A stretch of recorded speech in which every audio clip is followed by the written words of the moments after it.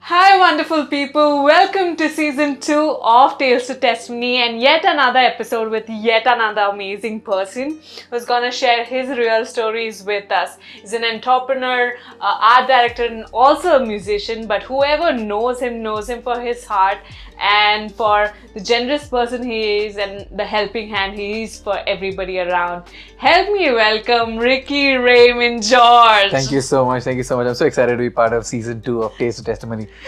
Thank you for coming along. Thank you for being a part.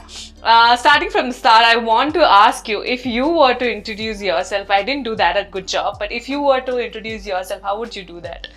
I think I'd introduce myself. I'm trying to think. Wow, that's a great question.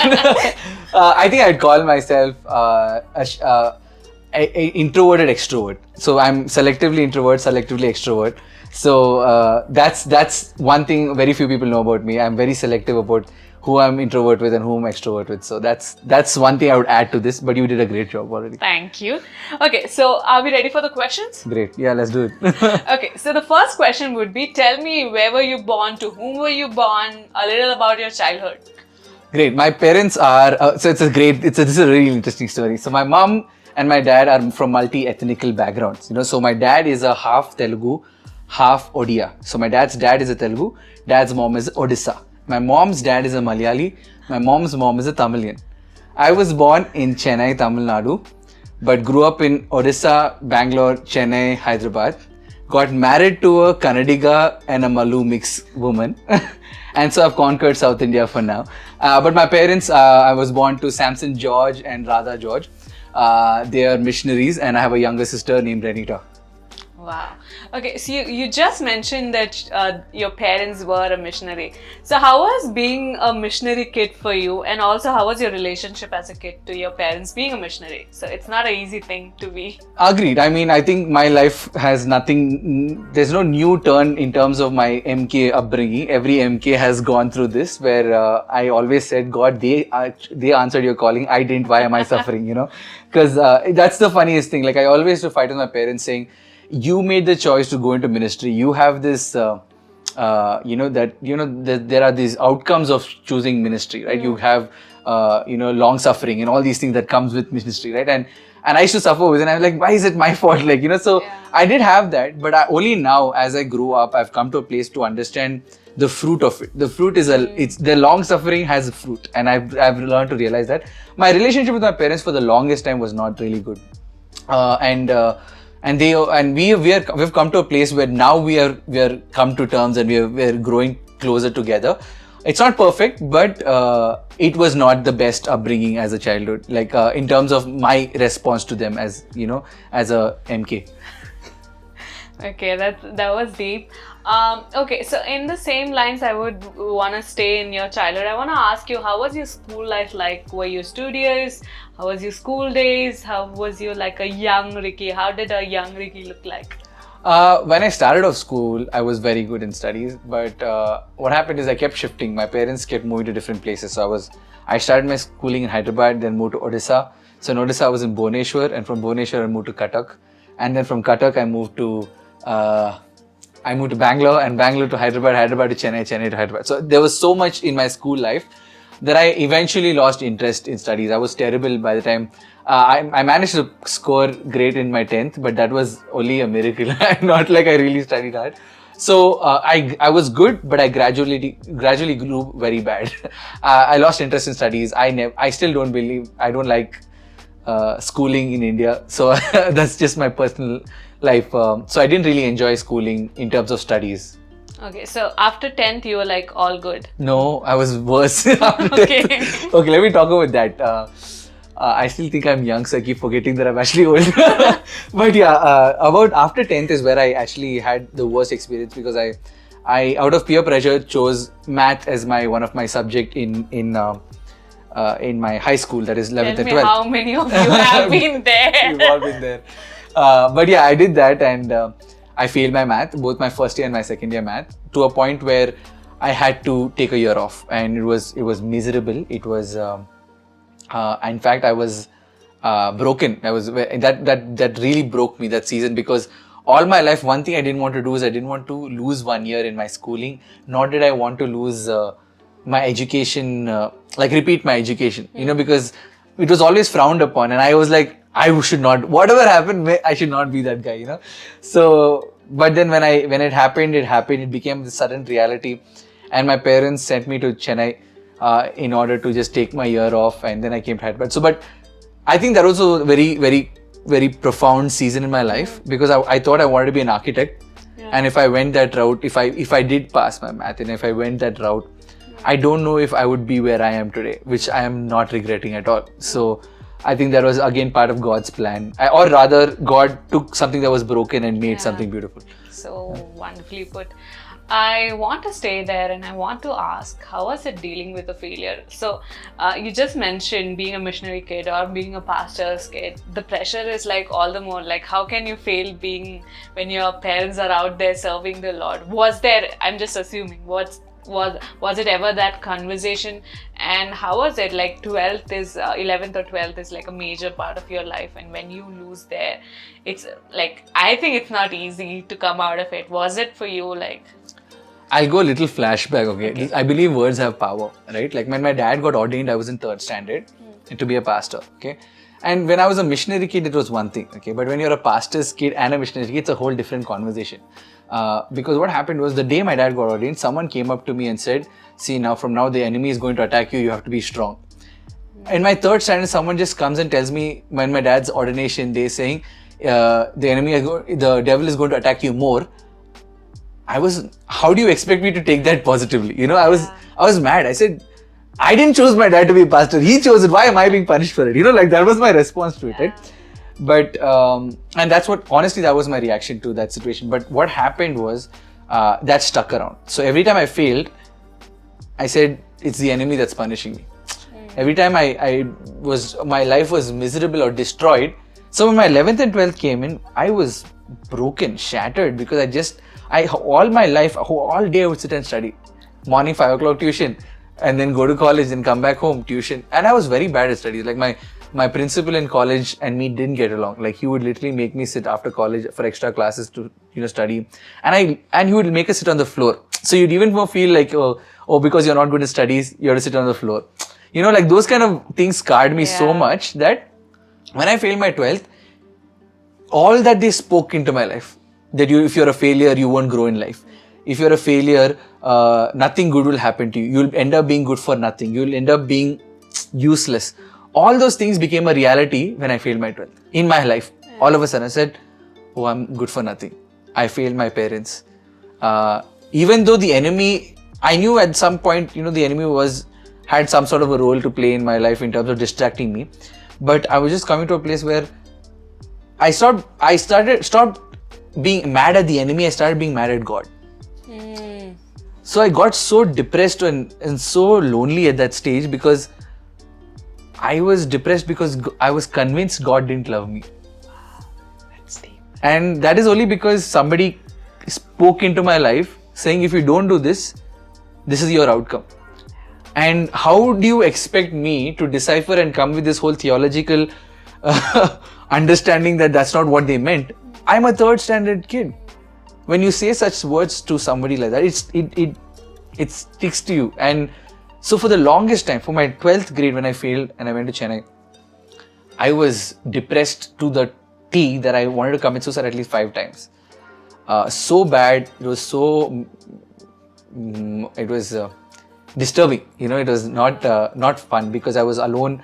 I had... my uncle and aunt took care of me so well. They were such gems, they added so much value into my life. But I couldn't express what I was going through to them, because I just didn't know how to, right? And so what happened is, when they were trying to be there for me, my uncle would say, hey, listen, here's some money, go enjoy, go have fun, go out with your friends. I didn't have friends in Chennai. I didn't know anybody. I was going to theaters. I was to go to watch movies alone all day. So I'd watch 2-3 movies in the theater and come back home, because I had nothing to do, literally. And so it was quite a, but I mean, that's where I was in Chennai, which obviously changed my life in Chennai, changed me, because it made me, destroy the myths that people spoke into my life, right? That people said, you're a good for nothing. Your life is going to be useless. You're going to be a failure. In all this education system, like the funny thing about education system is they keep telling that to you, right? They say, if you don't study, you will fail. Yeah. If you don't study, you will not go up in life. And all those things, all of a sudden here, God doesn't play a role, in people's life, because they say pray, and God will help you, and we believe for big things. But when it comes to studying and you fail, no, it's your fault. And I used to get mad. I was like, dude, I prayed, no. I studied, no. Because I'll tell you this though, it's not like I didn't study. Yeah. It was not like I was chilling and relaxing. I did study. And yet I failed. So who do I blame, dude? I didn't have anybody other than asking God. But yeah, that's where I was. So how did the coming out happen? Like, was there a point or an event that happened that you snapped out of it? I will not tell you. I'm not going to be the person who's going to say that one night and then I became a Christian. I think by then I knew I was no more a Christian. I was an agnostic person. When I say Christian on paper, I grew up in a Christian household. I got baptized when I was in 7th standard. But then, even after baptism, someone told me, now the real Christianity will start. Temptations aa jayega, like those kind of, I don't know why, what joy people get out of saying something like that. Anyway, so then what happened was I was in Chennai. I was thankfully I was part of a very nice church. I was part of this church called Powerhouse. And I had family support who were there for me. But Powerhouse for me was a unique experience because the entire church, I was the youngest adult because I was 18 and I was the youngest adult, right? So, and nobody treated me like a kid there. For the first time in life, I was not Ricky the pastor's kid. I was not Ricky the kid. I was not Ricky who, listen, Christians have this habit of saying, oh, you're a kid, let me mentor you, come here. Like they like to mentor everybody, right? And that's funny, how Christians, I'm speaking for myself also. When we see young people, we're like, oh, he needs mentor, let me be the mentor in his life. But and that was not there in the church. They let me be. They let me, they didn't give me that kind of attention, nor did they give me that kind of nosiness. You know what I'm trying to say? Yeah. Which helped me because they saw me as an adult. They treated my situation like an adult. And that perspective changed me. That gave me some sort of hope that, listen, probably I need to work my way through this. I have my own, I don't have to, it's not somebody else who defines how I can be a good Christian. Yeah. It is I and God who defines what that looks like, and the Word of God, the living, breathing Word of God, right? And so I started spending time with God. I started believing, reading my Bible, spending more time with God. I used to do this animation course. I just joined in Chennai, and I used to walk to college because I was so bored at home. So it takes me 1.5 hours to walk, and I didn't have any work. So I would just listen to sermons and walk, and I would pray. I would pray big dreams. I said, God, everything that people spoke into my life, I want that. I don't want that to be a reality in my life. But the thing is, when you're walking in the reality of what people spoke into, when people said you're a good for nothing, I'm walking as a good for nothing person. When people said you're going to be a failure, I'm walking as a failure. All those things that was spoken to my life, I used to like. And my mom from childhood would speak this one verse over my life. She said, no eyes have seen, no ears have heard the God's plan for me, right? And I love that verse. Yeah. So it says, no eyes have seen, no ears have heard, no mind can even conceive or imagine what God has for me. So I used to pray that verse over my life. I said, God, what am I doing that no mind can conceive? What am I doing that no eyes have seen? What am I doing that no ears have heard? And that was my prayer. So when I encountered God, not overnight, but over day by day, to a point where I knew, okay, now I think I know who God is. And then I came to Hyderabad, I was sitting in my room one day, I was just spending time playing the guitar and worshipping, and then I had the encounter of the Holy Spirit for the first time in my life. Not in a concert or not in a low-lying, music-heavy place, which a lot of people assume that's what influences, which is not. I just had my guitar, I was just worshipping God, and I started speaking in tongues. And I'm the kind of guy who didn't believe in speaking tongues, and so for me to have those moments and have the Holy Spirit suddenly come and work in my life and, dictate my decisions was so powerful. And there's a very, very significant story which I'd love to share here. I remember I was going to college, and I've shared this in many portals, but this is when I knew this is when I was, when the Bible says, oh, taste and see that the Lord is good. This was the first time I was tasting how good God is, because we assume this whole ideology of tasting how God is based on this whole method that, oh, if good things happen, that is God. If bad things happen, that's the enemy, like that kind of thing. But this season taught me that that's not what it is. So I went to college. I wanted to join Loyola College. I wanted to move from Chennai to Hyderabad. Why? Because I just didn't have friends. My life was in Hyderabad, so I wanted to. Chennai is a great city, but I love Hyderabad. I have my heart and soul here. So when I told my parents I want to come back to Hyderabad, I finished my 1 year. I wrote my exam. I'm waiting for my result. My parents suddenly like, no, listen, we have decided to move to Hyderabad. We decided to move to Chennai. I was shattered. I was heartbroken. I said, this is not done. But then I said, okay, fine. Then what happened was, this is again me being, I don't know what it was. I just picked a course which was only available in Hyderabad. Chennai being a city filled with colleges, I had to find a course which was not available in Chennai. And that was BSc Animation Design. Wow. So they had visual communication in Chennai, but they didn't have BSc Animation Design in a university, in a college, which I wanted. So I said, I will go to a college. I want to do this. So I kept up strategy so clean that my parents had to decide, okay, he has to come to Hyderabad. So I came to Hyderabad. They said one thing. Because I had to leave that course. Remember I told you I joined this animation course in Chennai. But I had to leave it halfway. So I had to waste 1.5 lakhs of my parents to join this course. Now imagine the guilt, okay? That's heavy, right? And my parents are missionaries, dude. It's not like they make a lot of money.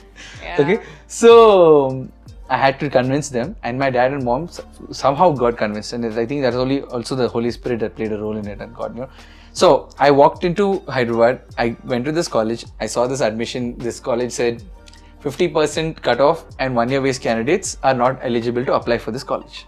I'm a 1 year waste candidate and my percentage is 47%. 3% zyada, I would have been eligible. Now I'm this new to Christianity, because I've experienced the Holy Spirit. I'm walking in faith. Yeah. So I'm like, now I'm going to walk into college and the faith of God and the Holy Spirit fire within me is going to give me favor as I walk, and then people will split and I'll get my admission. That's the ideology I walk in. So I walk into college. I go there and they outright said, sorry, you are not eligible. And I walked back so shattered. I said, God, this is not done. And then the next day, my mom and dad, I prayed. I said, God, come on, I need to do something. And as human beings, our first response is we need to have some sort of logical reaction to things. And so let's say you didn't get admission in college. No, common response. So what are you planning to do? What's your backup plan?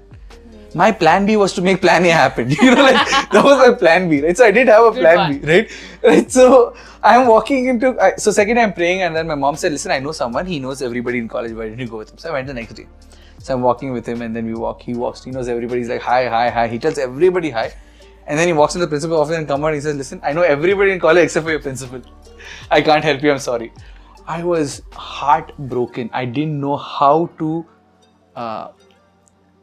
fathom what I'm going through. So this is a Friday. I remember very clearly. This is a very significant moment in my life. It's a Friday evening. I meet my youth pastor. I was just walking to the shop and he was driving his bike and he stops and says, hey Ricky, what's going on? His name is Binu Verghese. He's the national director of GLS today. But at that point, he was my youth pastor. So he was talking to me and he said, listen, what's happening? I said, I'm trying for this college. So many things went wrong. And he said something. He said, listen, me and my wife have been praying and we've been in the season of fasting. And I'm the kind of guy who believes fasting is good, but feasting is better. Like that's my belief system, right? So, so when he said that, I was like, okay, I never tried fasting, so let me try fasting. So I said, okay, Lord, I'm going to spend next 2 days of fasting, and I'm going to believe that you're going to do something significant.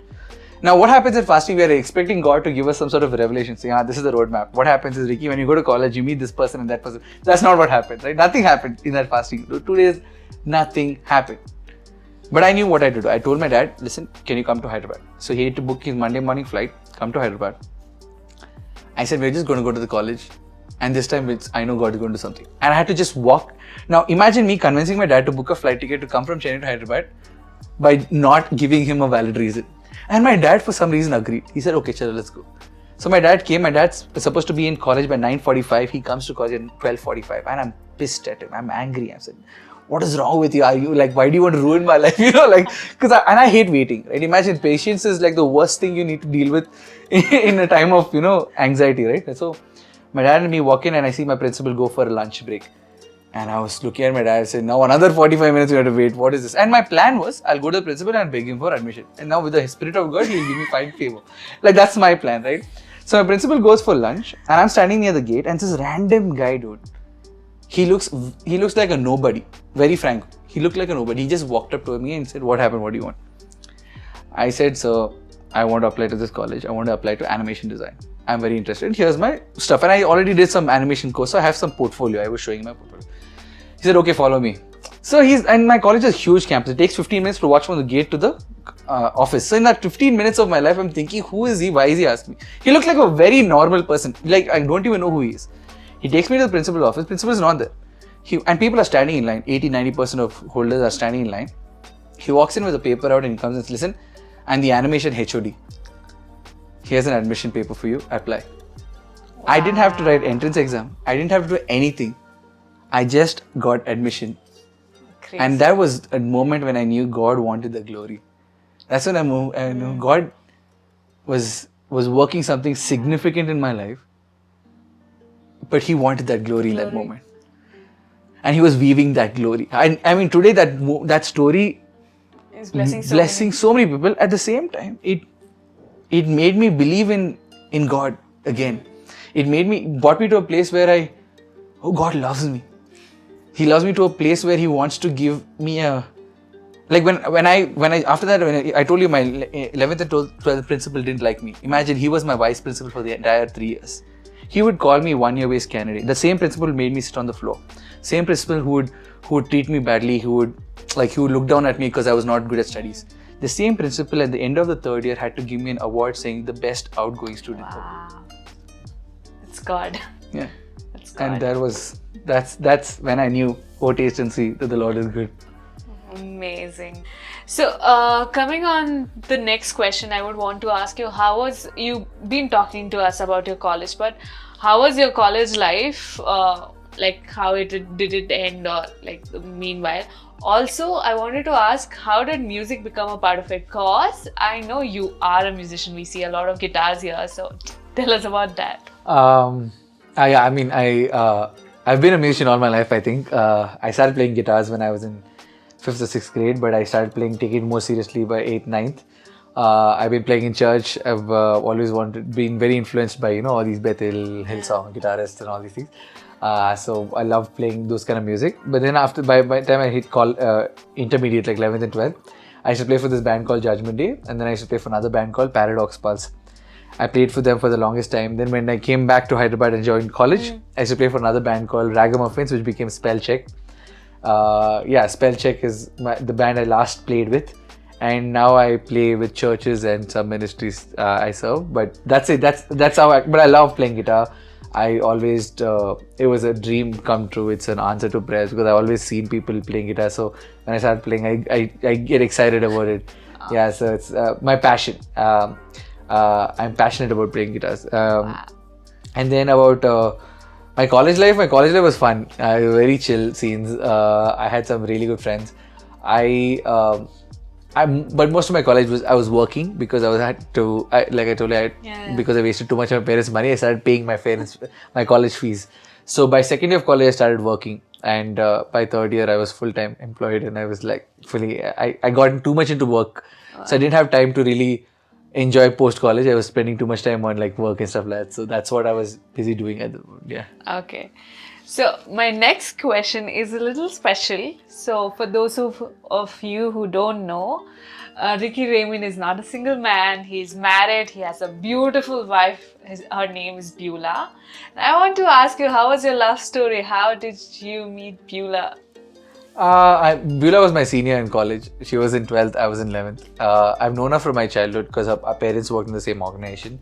But I only started talking to her when she was my senior. And then when I was in Chennai that 1 year, she was actually quite helpful and supportive during that time. But at that time also, we were just friends. There was nothing, like I didn't see anything happening there. Yeah. But then eventually when I came to Hyderabad, we had a conversation and we saw, okay, fine, there's something happening here. We could probably pursue this. We have obviously, like every other relationship, we had our ups and downs. But God's been faithful. The one word which stuck to us is God is fighting for us. That's the word that always stuck to us, and me and Beulah always stuck to thinking about that phrase a lot. And then a few years later, we got married, and today we are happily married. So nice. So I want to ask, tell me one thing that changed for good after marriage for you. One thing that changed for good is I thought there was this perspective I had that marriage will slow me down, like slow my ministry down. I think I won't do well in my ministry. I thought I wouldn't. Like a lot of people who I saw getting married were less passionate about ministry, you know. And then I thought that's going to be me. But that perspective changed because marriage only elevated my calling, made my calling more clearer, made me more more passionate about my calling. It didn't slow me down or any way. In fact, it fast tracked. If I didn't get married, I would have been even more slower. I would have not learned so many things. So that changed for me. The perspective that marriage slows people down is a very weird perspective, and it changed me because it made me realize the power of marriage in terms of making you a better human being, you know. And so that's what changed for me. Wow, that's something beautiful to take out from that. Marriage is not the end. It just adds up to be beautiful. Okay, so my next question would be, was creativity always a huge part of who you are today, or it just occurred and came along the line and bloomed in your life? So how did that happen? I think creativity happened to me. It happened. It's not like I was pursuing creativity. I said, I wanted to be an architect, which is still creative. It is a very creative field, which I admire really. I love architects. I love what they do. But I think even though I wanted to be an architect, it was like a very, very making everybody happy kind of decision. Like, you know, architect, oh wow, acha, resume, acha, you know? Like that's the kind of reason why I picked architecture. Not because I was creative. But I think, like I said, like for me, college and all these things, the way it was weaved together by God was God very clearly pushing those things in my life, those buttons in my life, to make sure that I'm actually stepping into this field. Because I remember I was always interested in design. I always liked beautiful things, good looking things. So it happened to me. I just, or rather it was always there, but I just realized it much later in my life. So that's what. Okay. So while we are on creativity, if for the people who don't know, there is a big thing going around, kind of famous, called Outcast. He's the founder of it. If you don't know, he's actually I'm endorsing Outcast right now. Yeah. If you can't see, here it is. So Outcast is been a platform which has been a blessing to a lot of people. But I want to know, but you have done a lot of, you've been the co-founder of another adventure called the Whole Shebang. And I do want to know how was the timeline towards Outcast look like, and why Outcast in the first place? Honestly, Outcast was never really like oh, I was born to do nothing like that. I wanted to, so I was working for an agency after college, and I was happy. But at one point, I just knew I needed to move on. And when I was thinking of moving on, I was not thinking of continuing working. I was thinking of going studying. So I wanted to apply to Hillsong. And because, because I always had the passion to serve in churches, but I realized that nobody was listening to me, because I was like a 20-year-old kid who was trying to say, hey, we can do designs like this, we can do stuff like this. Nobody was ready to listen, because I'm 20-year-old. Who's going to listen to a 20-year-old? And plus, I don't have anything that is backing me up.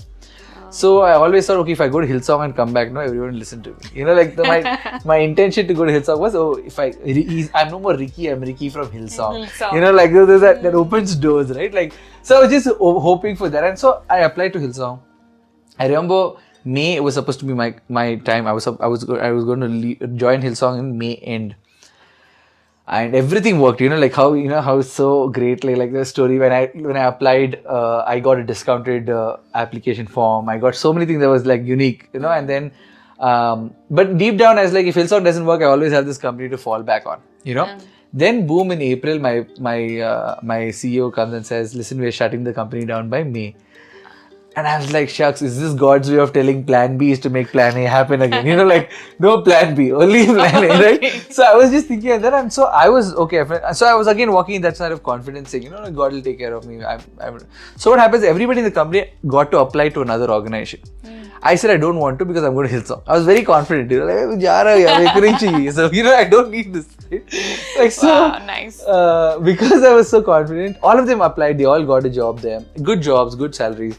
All of a sudden, Hillsong didn't happen. I needed 3.5 lakhs in my account and I didn't have that, and so I was so disappointed. Now, why it didn't happen was, interestingly, the application form asked me to show the money in my account. And then for me to get a loan, I needed to get admission form. They say we can't give admission without seeing the money. The bank is saying we can't give the money without seeing the admission. Like this kind of lafada was so bad. I was like, I don't think, it was so confusing. I gave up. I didn't pursue. I just gave up. I just said I can't do this. And so my parents suddenly asked me, what's your plan? Like in June, I said, give me 1 month. Don't ask me any questions. I'll figure out and I'll get back to you. So for 1 month, I was jobless. Not showing what I was doing. And my relationship is going strong. I am supposed to set either because what I told Beula's parents at that point was, I'm going to Hillsong. That was my plan, and then when I didn't go, when it didn't happen, I didn't know how to face somebody, I was ashamed. And then I started so I met my bandmate Pranati and me, we used to play music together, and we said, she was also jobless, and we were in a tour in Delhi. And her in Bangalore, and her aunt was like, listen, you should just do something. You're a designer, why don't you guys start something? As a joke, she said it. And we said, yeah, chalo try karenge, we'll start something. So we went together, we said, chalo, let's start something. And in my life, I never thought starting a business was supposed to be. I never thought that I'll ever start a business. To be honest, I'm not a confident person. Now I've learned to become confident, but I was super shy. I would not even look at audience when I play guitar. Nobody will believe it. Right? Because I used to only play guitars, I used to only look at my guitar and play. I would never look at audience. So I grew out of it. So when me and Pranati started, we said, okay, chalo, let's just start. Let's just go for it. And so we thought of a name, and we were thinking of different names, and we thought of whole shebang, and we stuck to it. And I didn't tell my parents for the first 6 months that I had no company. I didn't tell them that I ran a company. I was just telling them I'm just doing some work. I have money. So, they were also not worried. I was just fine. So I was doing my own thing. I was running this company. It was very successful. People started noticing us. We became this very influential company in our own way, in our own turf. And everything was going great. 2 years old, I finally told my parents. I told Beula's parents. And everything was going great. And now, all of a sudden, God suddenly gave me that dream. Said, Ricky, listen. Because I remember, I always felt I need to go back to church. Remember, there was a Hillsong. Why did I want to go to Hillsong? Yeah. I said, I want to go to Hillsong to go and serve in church. But for 1 year, I didn't do anything. And then God said, Ricky, now is your time. So in 2018, I sat down and I wrote a list of things I want to do in my life with whatever this program is. So I wrote 100 things I want to do with this, okay? And I didn't do anything for 1 year after that. I didn't do anything from 2018 2019 after writing that down. In September, I wrote it down. I didn't do anything. 2019 July. My friend came over, Jerry. He's the one and he was like, Macha, let's do something, and then we said, chalo, let's start something. What will we call it? We were thinking of different names. We were thinking of Pro Church. No, we were thinking of something like that, some name, different names we thought of. And this in 10th standard, I always had this dream of starting a magazine called Outcast. Okay. Why the word outcast? Because I always felt like an outcast to the church. I always felt like I never fit in, right? So I said, okay, let me start this. Yeah. And so I was like, okay, fine, now I have to tell Jerry and convince him that Outcast is acha naam hai. So I thought of it, and suddenly this whole vision came in, Outcast. Outcast means outreach through broadcasting. Wow. And then it was like things just popping in place, right? Because in my 2018 plan, OTT was a big thing. I wrote down, I wanted to start an OTT platform, I want to start a TV channel, I want to start all this. So in all that media thing, broadcasting was such a powerful tool, which I said, Outcast has to be it. And so Jerry was like, yeah, let's do this, man. So we started, in July we started. By September of 2019, we achieved 90% of the things that I wrote in that September. Wow. 1 year. 1 year. So what I realized is writing your visions down helps, because you will actually realize, oh shucks, I thought it'll take 1 year, I did it in 2 years, 2 months. So it's sometimes very interesting. So And then I started Outcast, and then that's history of how Outcast started. Today we are doing what we're doing, and I'm just excited about what God's going to do. So I think one thing God was teaching me was, you don't need Hillsongs to open doors for you. I'm going to open doors for you. And that's been a constant that learning. down. Yeah, it's not your identity, it's not your Hillsong, Bethel, or whatever that kind of background you think that is going to open doors for you. That's not at all it. I will give you that identity, and that identity doesn't have to come from a foreign brand or a ministry, but can have from something that is Indian. And all of a sudden, we're the most relevant media organization, and I'm at that age, I'm just going and talking to people who are at least a decade older than me, and they're listening to me. And that's not Hillsong or anything else, it's only God. And so that's what happened. So is Outcast something that you will just keep for yourself, or it's coming out with something that will be helpful for others? Or so Outcast has always been a tool that is free for everybody. We always given, like last year in 2020, we created a worship pack which had almost 1,400 churches that downloaded it. We created a Sunday school pack which had almost 600 churches use the Sunday school pack. We had we created a software for GLS when we had Global Leader Summit to host online summits for rural and urban India. And we had for the Youth Summit alone, we had 6,000 people attended and use the software which we built. It's an Indian-made, homegrown software which is built by us, which is and ministry-built software. Ministry-built software for ministry. So it's not like we use something that was readily available online. It's not a Zoom software. So we built so many things which almost we have in the last year. Roughly, the numbers are here and there, but we at least impacted about 70 to 80,000 people using social media in terms of equipping them. In terms of reach, that's their reach. But the equipment, what we gave, we did our best, and we always had friends. We had people like Via Zion, Spikenard, Bridge, Zealous, like all these people who support us to this process. So we had some really good friends. So that's and so now we're actually working on something very interesting. Thanks for bringing that up. We're working on a school. The goal is to start a school. It took Jesus 12 people, right? And in fact, more than 12, about 15 people, if you see Paul and all the other people. It took 15 people to shake the nation.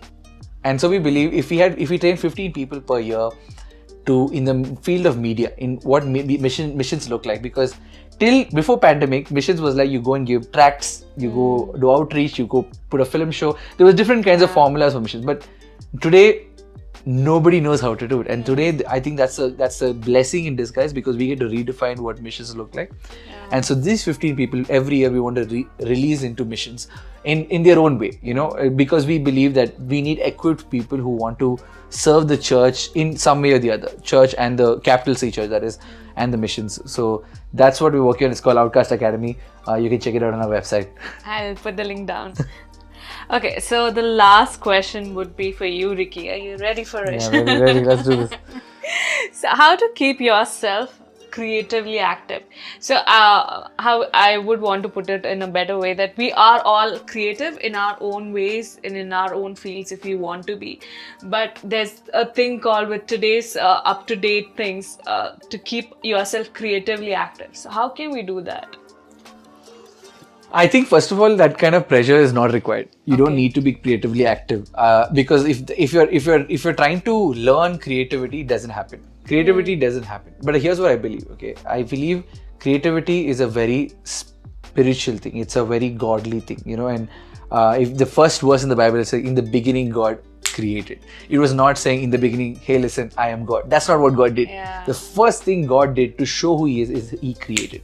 Right? And so I think creativity is within us. It's just that we need to allow the Holy Spirit to work within us. And I think that if you pursue God, creativity is an outcome of pursuing God. It happens. When Paul was a tent maker, he was a tent maker during a specific season, not like all his life he was a tent maker, right? But that's a creative idea God gave him at that season. So creativity is also, I think, is such a unique thing. And I think as long as you keep pursuing God, creativity is always going to chase you. So that's what I'll say. Wow. Thank you for that. Thank you for answering all the questions so far.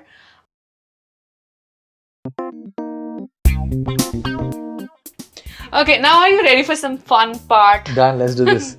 We're done with the serious talk. Okay, super. Okay. So you might be knowing what it is. It's called rapid fire. You have to be very quick with your answers. Okay. Okay? Okay. So first question, describe yourself in 3 emojis. What it will be? Cool specs emoji, and then the shak wala, like doubting emoji, and then the laughing emoji. Okay, nice. So second question, if a movie was to make on your life, what would it be called? On my life, movie Yeah. on my life, Growing Up Christian. That's the name of the movie. Nice. Okay. Next question. How many keys are there in your keychain? Your house keychain card. How many keys? 5.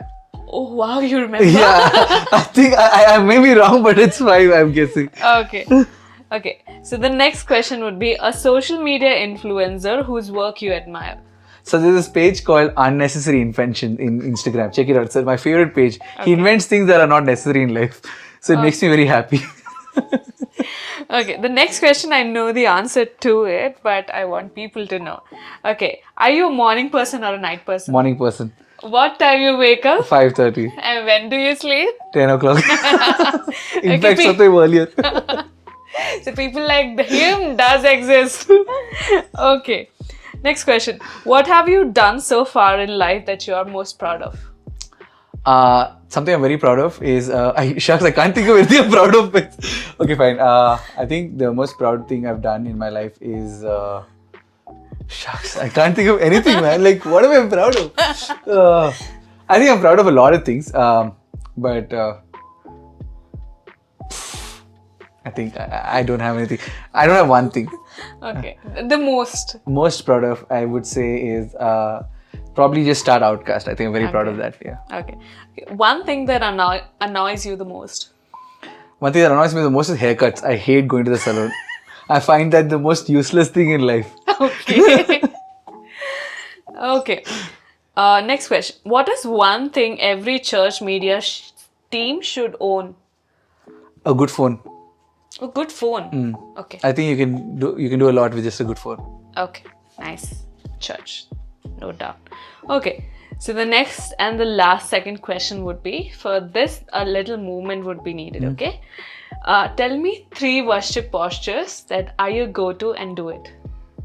3 worship Postures that you do while worshipping. Okay. Okay. First. One is just I touch my heart. The one is just normally raise my hand, and then one when this hand pains, I just put my hand up. So it's alternate. Okay. Now we have the last question for our rapid fire. For this, we need your phone. Okay. Okay. And you have to dial to either your mom or your dad. Just call them up and say I love you and cut the call. Put that on. Oh shucks, dude. Okay? Oh wow, dude. Yeah. Go ahead.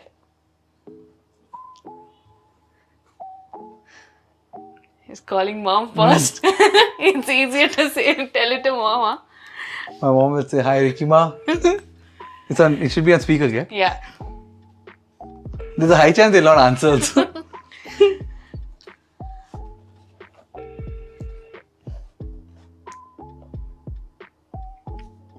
My mom's not answering. Dad. Let's call my dad. My dad also not answer.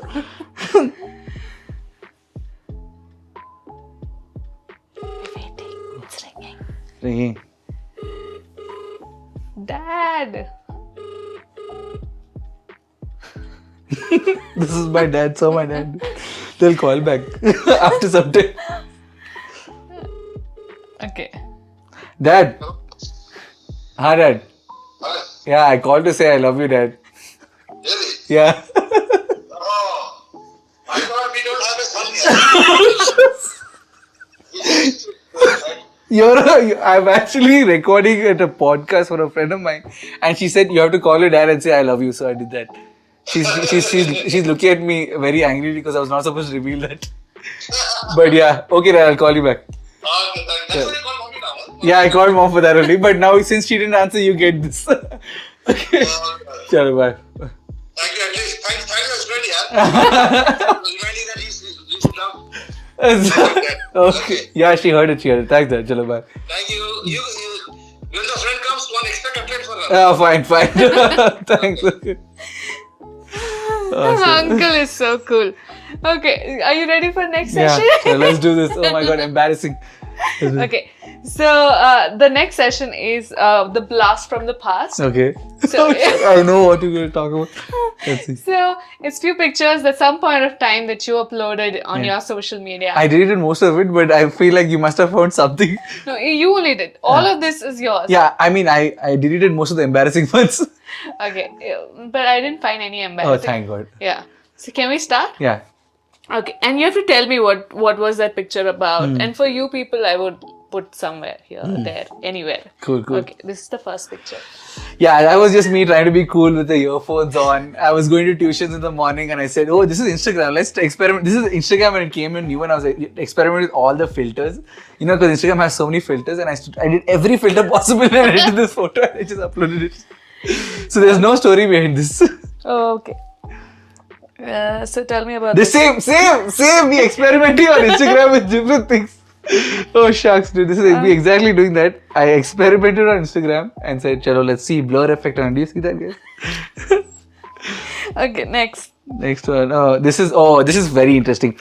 This was my birthday and my friends gave me the worst birthday bombs ever. I mean, because like I'm blessed with some really good friends and they literally baked a cake for me on my birthday, and then these guys all came together and just gave me the worst birthday bombs ever. Okay, go on the next. Yeah, this is the another birthday. My college friends and my birthdays have been very interesting. I remember one year they tied me to a tree and they threw eggs at me. The second year, my mom scolded them, saying, "Don't put eggs." Okay? So the next day they got creative. They tied me to a gate and threw tomatoes at me. Wow. So yeah. So your birthday is in festival. Yeah, very festive. Okay, next. This is a friend of mine. It's not me. If you think it's me, it's not me. Okay. Wrong picture, people. Apologies. That's why I don't pose. Okay. This is me again. I think I was just me trying to be cool. Because I don't know how to pose, guys. For those who know me. How is it this cool? At that point, it was cool, it was okay? cool. You don't know, okay? Okay. This is... Okay. You're young. Okay. Okay, Pachwa. Okay. This is just you trying Just to be... trying to be like, oh, like, you know, like one of... I don't know how to pose. So that was just one of those poses which you don't know how to make. Okay, next. This is me and Beulah when we used to hang out. So I just took a photo of me and Beulah. Why is your expression like that? Yeah, because Beulah keeps annoying me. but I still admire her annoyance. Okay. This is me when I was very thin and good looking. Thankfully, I have one photo. You looks very handsome. Yeah, thank you so much. Yeah. This is me playing at Hope You See. It was a Christmas event and it was so much fun. Okay. That t-shirt doesn't even fit me. Yeah. Okay. This is my engagement and I remember nobody was cheering when I put on the ring. I said, guys, cheer, guys, come on. And that was me reacting to that statement. Okay. When you go to an engagement, when the guy puts on the ring, You please cheer. Yes, please. Okay. This is the last one. Yeah, this is our wedding and yeah, it was a great day. I'm so grateful that I got married to Beulah. That's it. Oh, nice. She's a wonderful person. So here we are at the last section of our interview and Tales to Testimony, which are the assumptions that people are made for you. So you don't have to justify yourself. Oh, shucks. Okay. You wanted to justify yourself. No, you don't get to justify yourself. You can either say if it's true or false. Okay, fine. It's Go for right it. or wrong. Got it. Yes or no. Got it. That's it. Okay. We do it quick. Okay. First assumption: he loves food more than life itself. That's actually false. I actually not a good eater. I don't eat. I don't finish my food. I don't enjoy. I'm not a food person as much as people think I am. It's not all what it looks like. Okay. Second, he has the best neighbors. Oh my gosh. Yeah, of course I have great neighbors. No, yeah. I mean, I don't know my neighbors so well, but I definitely have good neighbors. Okay. So third is multi-talented artist. True. I am multi-talented. His humbleness shining out. Okay. Next, he's a huge fan of Sam Alex. Sam is a friend. I was never a fan of Sam, but I definitely love his work. I'm a fan of his work. Okay. Yeah. He's a minimalist. Selectively. Okay. But yeah, I only won't wear black t-shirts and black You don't get to explain. Yeah, sorry.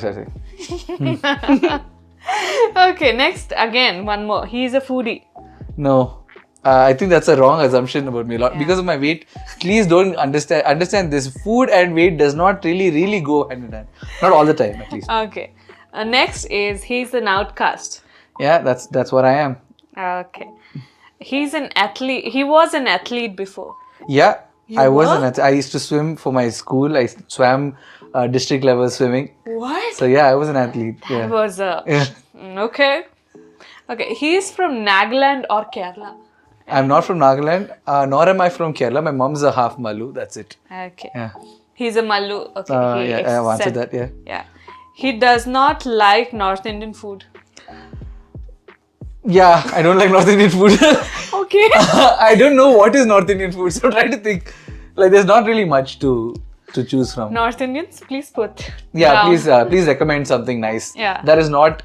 I mean, where South doesn't beat you, so let's. Did I just start a war? Why? Okay, so the last assumption made about you is that you love gym. Going to gym. No way.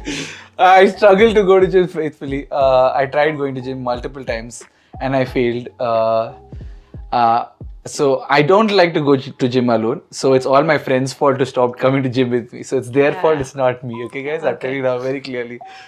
Okay, that's it. Thank you so much. Ricky, Ricky, for doing this with me.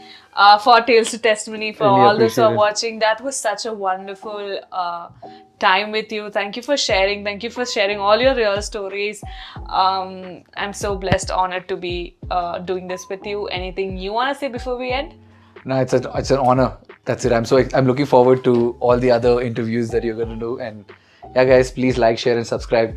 And don't forget to share it with all your friends. It's long, but you'll really like it. Yes. Thank you, everybody. This is Tales to Testimony, where we share real humans, real hearts, and real stories. I'll see you next time with another amazing person. Till then, stay blessed. Take care. Bye-bye.